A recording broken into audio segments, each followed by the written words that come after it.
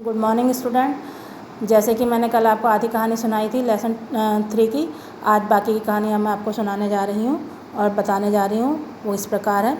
जैसा कि मैंने कल आपको बताया था कि नेवला और वृद्ध आमने सामने बैठ गए और एक दूसरे और नेवले ने वृद्ध को कहानी सुनानी शुरू करी।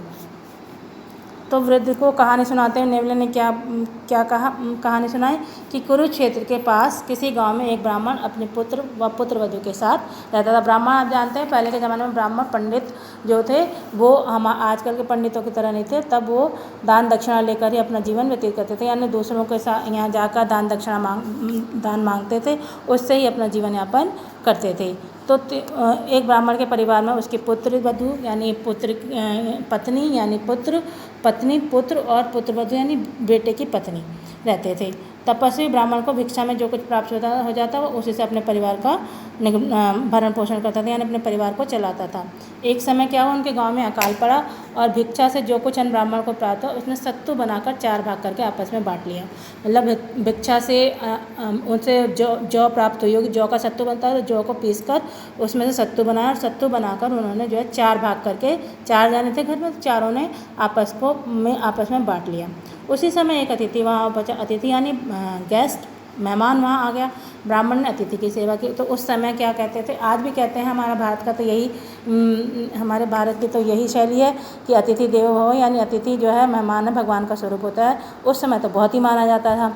तो वहाँ पर ब्राह्मण ने उस अतिथि की सेवा की, उसने अपना सत्तू से दे दिया। अतिथि जो मेहमान था फिर भी भूखा रह गया। ब्राह्मण की पत्नी ने भी अपना हिस्सा उसे दे दिया, फिर भी वो भूखा रह गया। ब्राह्मण ने अपनी भार्या से कहा, प्रिय ये तुम क्या कर रहे हो?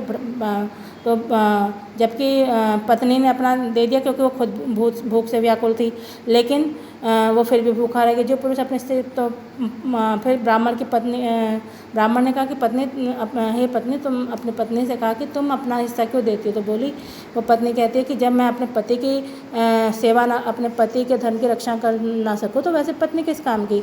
तो उन्होंने कहा इसलिए हम दोनों का धर्म एक ही है, आप मुझ पर प्रसन्न हो, मेरा हिस्सा मैं अतिथि को देकर अपनी चिंता दूर करें। ब्राह्मण ने उसके हिस्से को भी सत्तू अतिथि को खिला दिया। अतिथि की क्षुधा फिर भी शांत नहीं, क्षुधा यानी भूख फिर भी शांत नहीं हुई। अपने पिता से अब पुत्र ने अपने हिस्सा देने को कहा। उसने कहा पिताजी आप मेरा हिस्सा भी अतिथि को दे दें, यानी उनके बेटे ने भी अपना हिस्सा अतिथि को दे दिया। वह आधे पेट तो नहीं जाएगा, यह कहकर उसने दे दिया। और फिर उसके बाद ब्राह्मण ने पुत्र के हिस्से का भी सत्तू अतिथि को दे दिया, फिर भी अतिथि का पेट नहीं भरा। तब पुत्रवधू यानी पुत्र की पत्नी भी, यानी बेटे की पत्नी ने भी अपना हिस्सा देने के लिए कहा। तो पुत्रवधू से ने कहा, बड़ों की सेवा करने से देह, प्राण और धर्म सबकी रक्षा होती है। आपके प्रसन्न होने पर मुझे श्रेष्ठ लोक की प्राप्ति होगा, तो आप मेरा हिस्सा भी अतिथि को दे दें। ब्राह्मण ने कहा, बेटी तुम्हारे समान सुशील और धर्मपरायण स्त्री संसार में दुर्लभ है, तुम्हारी भक्ति देना मैं तुम्हारा सत्तू भी अतिथि को देता हूँ। फिर ब्राह्मण ने अपनी बहू का जो था सत्तू भी अपने मेहमान को दे दिया। अतिथि यह देखकर बहुत प्रसन्न हुआ। आकाश में फूलों की वर्षा होने लगी। ब्राह्मण का परिवार त्याग देखकर सभी देवता ऋषि उससे खुश हो गए। मतलब उसके त्याग को देखकर अतिथि ने कहा, तुम्हारे तप और वरदान से देवता भी प्रसन्न हुए हैं। तुमने ब्राह्मण, दान, यज्ञ, तपस्या और विशुद्ध धर्म का पालन करते हुए पितरों का उद्धार किया है।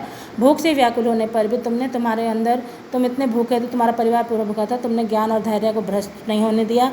और मनुष्य जो भूख को जीत लेता है वही स्वर्गलोक का अधिकारी होता है। जिस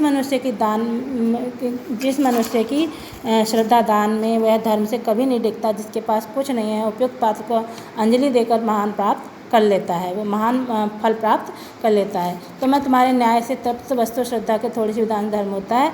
धर्म अन्याय से प्राप्त बहुमूल्य धन देने से भी नहीं हो सकता। अब मैं तुमसे तृप्त हूँ, यानी अब उसकी भूख शांत हो गई थी। अब मुझे अपनी यात्रा पर आगे जाना होगा। यह कहकर वो खड़ा हो गया और वो आशीर्वाद दिया उन लोगों को चारों को और यात्रा पर चल पड़ा। उसी रात भूख से उस ब्राह्मण परिवार की मृत्यु हो गई। मतलब वो आशीर्वाद देकर तो चला गया, लेकिन जब उन्होंने अपना सारा हिस्सा, उनके घर में तो कुछ खाने को था नहीं ब्राह्मण के परिवार में, तो उन्होंने जो कुछ खिला दिया उन्हें और उसके बाद उनके पास कुछ नहीं। उसी रात को उस ब्राह्मण की परिवार के पूरे परिवार की मृत्यु हो गई। ज्यों ही कहानी समाप्त हुई, नेवला चुप हो गया। अब कहानी खत्म हो गई और नेवला चुप हो गया। ऐसा लगता था कि वो कहीं दूर देश के विषय में सोच रहा था। वृद्ध बोला, तुमने पूरी कहानी नहीं सुनाई, ये तो बताओ तुम आधे सुनहरे किस प्रकार होगा? तो बूढ़े ने कहा, कहानी तुमने खत्म कर दी, फिर भी तुमने अभी ये नहीं बताया कि तुम आधे सोने के कैसे हो गए? तो नेवले ने कहा, आगे बोलना शुरू किया, हाँ, उन चारों ने कितने महान त्याग किया है ना, किया है ना, किसी भूखे के लिए उन्होंने अपना भोजन और प्राण सब दे दिया। मैं वहीं उस स्थान पर छिपकर ये सब देख रहा था। मैं उनके त्याग से अत्यंत प्रसन्न था। ऐसा त्याग मैंने कभी नहीं देखा था। आनंद से भरकर मैं वहाँ लौटने लगा। शत्रु के कुछ कण भूमि पर पड़े थे। मैं उन पर गिरा और लोटपोट हो रहा था। उनके स्पर्श से मैं सुनहरा हो गया। वे अन कण इतने कम थे कि मेरे आधे शरीर में ही लग सके और आधा शरीर पूर्ववत ही रहा।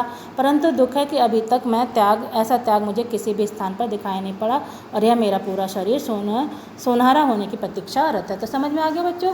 उसने अंत में क्या कहा कि मैं उस परिवार के त्याग जहाँ हो रहा था वहाँ पर मैं था और वो त्याग मैंने देखा और इसलिए मैं उनकी खुश होकर उनकी ज़मीन पर लेट गया। उस ज़मीन पर शत्रु के थोड़े से ही कण थे, इसलिए मेरा आधा ही शरीर सोने का हो पाया। तब से मैं वैसा ही त्याग ढूंढ रहा हूँ, लेकिन मुझे आज तक वैसा त्याग नहीं मिला। कहकर यहाँ पे मैं भी कहानी समाप्त करती हूँ और आशा करती हूँ कि आप लोगों ने कहानी से कुछ सीख लिया होगा कि त्याग ही सबसे बड़ा जीवन है।